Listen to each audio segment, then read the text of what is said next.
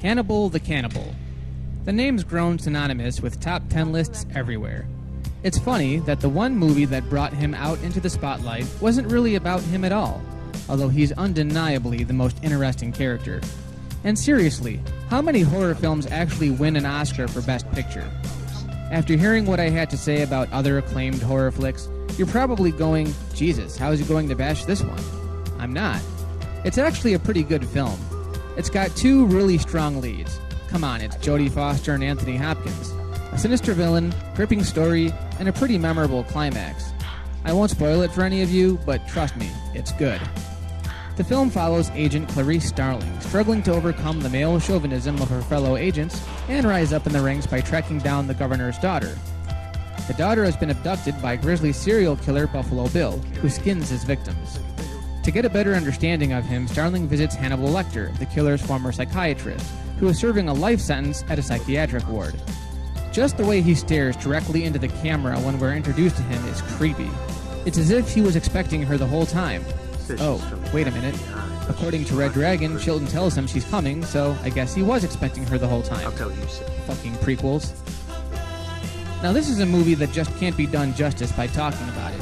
It's a pay attention kind of film. The first time I watched, I had to admit I was lost because I couldn't make out everything people were saying, and the dialogue is a key factor here. The movie isn't particularly graphic, and there aren't even a lot of shock moments where people constantly jump out at you. The scariest parts of the movie are when someone describes something in eerie detail. It's so effective because everyone in the audience is going to have their own visual idea of what's going on. I did not kill him, I assure you, merely tucked him away very much as I found him after he'd missed 3 appointments. But if you didn't kill him, then who did, sir? Who can say? Best thing for him, really. His therapy was going nowhere.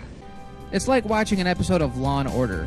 The whole movie, Clarice is putting pieces together in her head, and every time she finds something, we're taken along for the ride. Each scene keeps building up this tension, and there's also a clock. Starling only has so long to find this girl before Buffalo Bill makes his move. Although Buffalo Bill is the central villain here, and seeing him is disturbing enough, the real reason to see this film is because of the gentle chemistry between Clarice and Hannibal.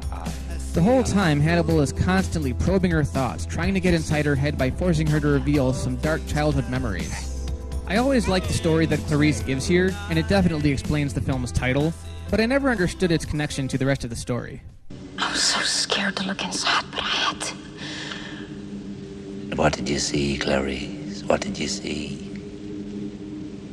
Lambs. They were screaming. They were slaughtering the spring lambs? And they were screaming.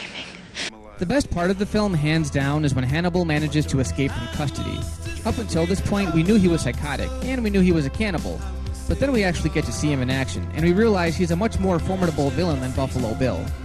The scene's the only real gruesome part of the film, but I have to say, well worth it. This is going to be a pretty short review because it's hard to talk about it without going into spoilers. I can't find a lot that's wrong with this one, but it's a great one to choose for Halloween because it'll scare the bejesus out of you. It places the lotion in the basket. I want to see my mommy. Please, no. I want to see my